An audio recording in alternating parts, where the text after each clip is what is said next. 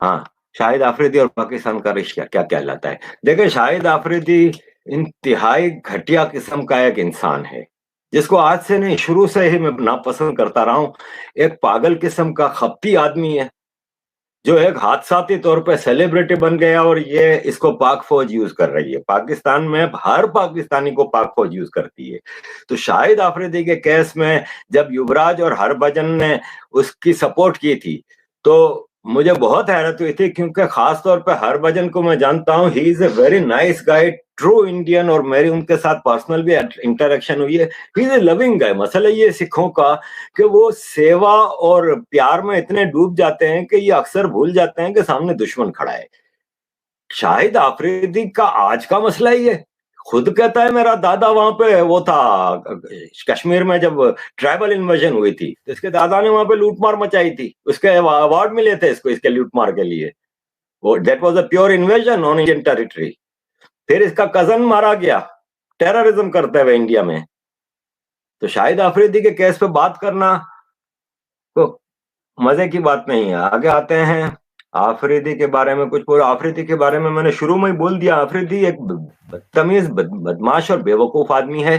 वो कल आया था परसों कश्मीर, ऑक्यूपाइड पाकिस्तान ऑक्यूपाइड कश्मीर में, और वहां पे आके उसने एक तकरीर की, एक बदतमीजी वाली तकरीर की। 130 करोड़ लोगों को गालियां दी, 130 करोड़ लोगों के बारे में बेशुमार बदतमीजी की, और उसने कहा कि 7 लाख फौज के पीछे 22 करोड़ आवाम भी खड़ी है, और इंडिया को तो हम ये कर देंगे वो कर देंगे, ये सब बोल के ये हवाई जहाज में बैठ के आर्मी के कराची आया। कराची आके अपनी बीवी के साथ बेडरूम में बंद हो गया कि अभी तक बेटा नहीं हुआ ना बेचारे के। तो फिर उस कोशिश में लग गया, कश्मीर तो बाद में आजाद हो जाएगा, पहले बेटा पैदा हो जाए। अब इससे ज्यादा मैं आफरीदी के बारे में क्या बोलूं। सवाल, क्राइसिस खत्म होते ही दुनिया कितने हैं?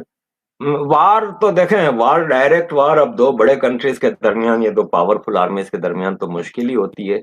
एक लिमिटेड, जिससे कारगिल टाइप का हुआ था, वो अगर आप इंडिया पाकिस्तान का कंसीडर करते हैं तो देखें, पाकिस्तान की आर्मी की सर्वाइवल अब इस वक्त सिर्फ और सिर्फ एक जंग की सूरत में है, क्योंकि अब विद इन पाकिस्तान बहुत ज्यादा रिजेंटमेंट आ रहा है। लोग तंग आ गए इस आर्मी की पॉलिसी से। तो लोग कहते हैं कि अब खत्म होना चाहिए ये। तो उनको इस ऐसे माहौल में जब एक जंग शुरू हो जाएगी, तो वैसे ही इंडिया और हिंदुओं के खिलाफ इतनी नफरत भरती है अवाम में कि वो फौरन सब भूल के आर्मी के पीछे खड़े हो जाएंगे। तो पाकिस्तान की आर्मी की तो मजबूरी है, लेकिन वो एक फुल फ्लेज जंग कर नहीं सकते, कि इनको पता है कि सामने इस बार मोदी सरकार है। पिछली सरकारों में ये था कि वो थोड़ा बहुत पाकिस्तान को सबक दे दिया, चलो जी ठीक है, कभी क्रिकेट नहीं खेली, कभी ये क्या। ये सरकार कहती है कि भाई अब अगर तुम लोगों ने बहुत कुछ किया ना, तो ये आखिरी होगा फिर। तो पाकिस्तान की आर्मी एक लिमिटेड वार की हद तक जा सकती है, प्रोफेशनली तो आपको पता है कि ये लड़ने के काबिल नहीं है। तो लेट्स सी कि मोदी सरकार का पैमाना कब लबरेज होता है। और मोदी सरकार के लिए इस वक्त बहुत ज्यादा मसाइल पैदा हो गए इंटरनेशनली। देखें, यूरोप अमेरिका के थिंक टैंक्स वगैरह भी बोलना शुरू हो गए हैं, अरब भी बोल रहे हैं। ये लोग, आपको भी पता है, मुझे भी पता है, और इनको भी पता है सबको, कि ये झूठ बोल रहे हैं। नॉर्मली इंडिया में कोई इस्लामोफोबिया नहीं है, ये आम।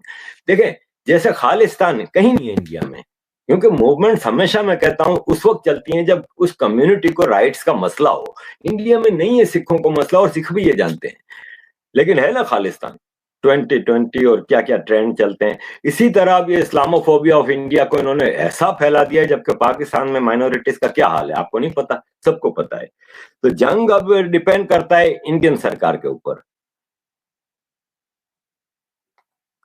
सर, सुना है पाकिस्तान में शिया और सुन्नी राइट्स हुए हैं। देखें, शिया सुन्नी राइट्स है ना पाकिस्तान में, जब अर्ली 60s और 70s में, जब हुकूमतों की, आर्मी डिक्टेटर्स की और फिर भुट्टो की मजबूरियां थी टू कंट्रोल खास तौर पे एक educated class of Karachi, specially Shia Sunni फड्डे कराते रहते थे। लेकिन फिर एक पार्टी आई थी, एमक्यूएम, जिसके लीडर अल्ताफ हुसैन ने ये मामला कराची से तो खत्म कर दिया था।